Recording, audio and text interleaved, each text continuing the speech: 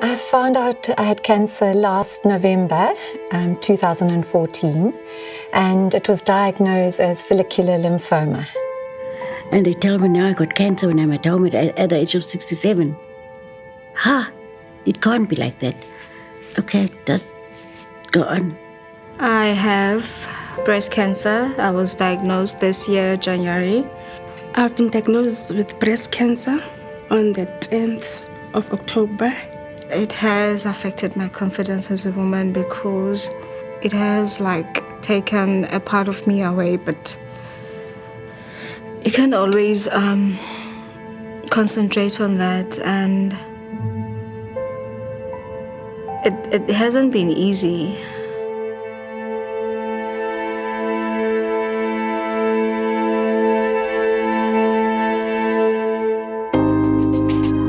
I'm so happy to see each one of you to be here and to be spoiled by us.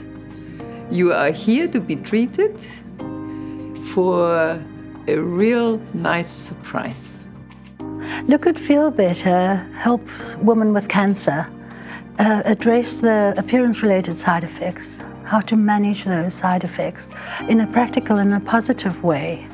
So we offer 2-hour workshops to small groups of patients in 39 hospitals or clinics in South Africa.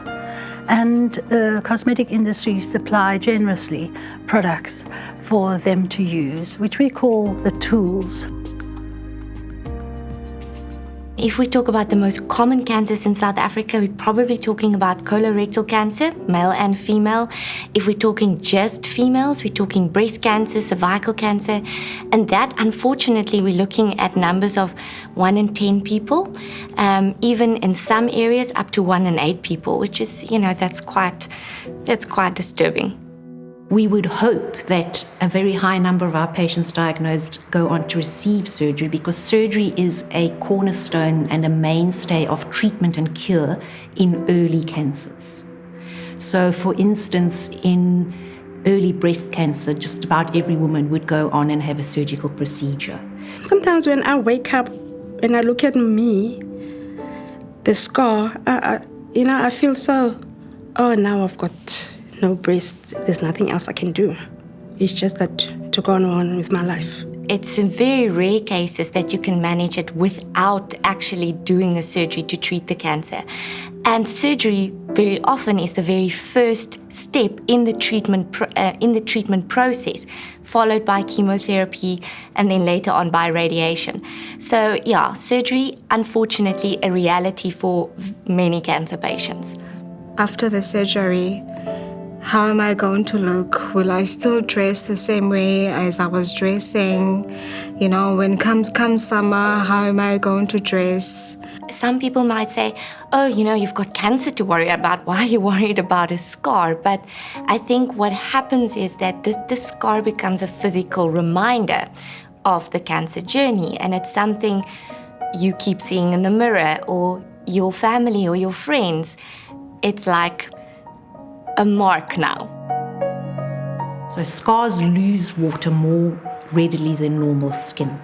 And keeping a scar moist helps in preventing complications of the scar. And that can be done by application of the various different substances. We use bio oil, we use tissue oil, and it really does help to keep that scar moist. After the diagnosis, I started chemo treatment in December last year, and the main effects that it had on my body were loss of hair, my skin becoming very dry, and pigmentation of my skin. It didn't make me feel good. It really was not the best at all, and didn't make me feel feminine at all. There are 26 visible side effects of cancer treatment, and we find that most of the patients have a problem with dry skin. There may be flaking, there may be itchiness. A loss of hair is one of the visible side effects where patients feel really distraught that some don't want to even face the outside world. And they may lose their eyelashes and eyebrows. in addition to affecting the skin in that way, they affect the nails as well. So the nails become very dry, brittle, and dark. And it's quite interesting, once the chemotherapy is finished, you can actually see the normal nail grow out. The radiation is a completely different ball game. That basically irradiating the area where the cancer is, and you know, to put it quite bluntly, is it can cause burns. The initial changes that we see in skin that's been irradiated is redness. It's really like a sunburn. And soon after finishing the radiation, over about a period of 4 to 6 weeks, that redness will fade. But it will then be replaced by, in essence, a tan, what we call hyperpigmentation. And you can very clearly see the borders of the radiation field. You can actually see exactly the shape and where the radiation was given. I was itchy on my skin. Every night I got a scratch. And when I lift up where I had my operation, it was pitch black. Going through the diagnosis and the treatment of cancer is very difficult and very traumatic. What's important in being able to enable a woman to deal with that best is to know that she's not the first that's been there, that there have been many women who have been in the middle and the thick of all of those emotions and those physical feelings. While they're going through this, they really feel they're not a woman. And we're always so inspired by what they say about feeling great and didn't know that they could be a lady.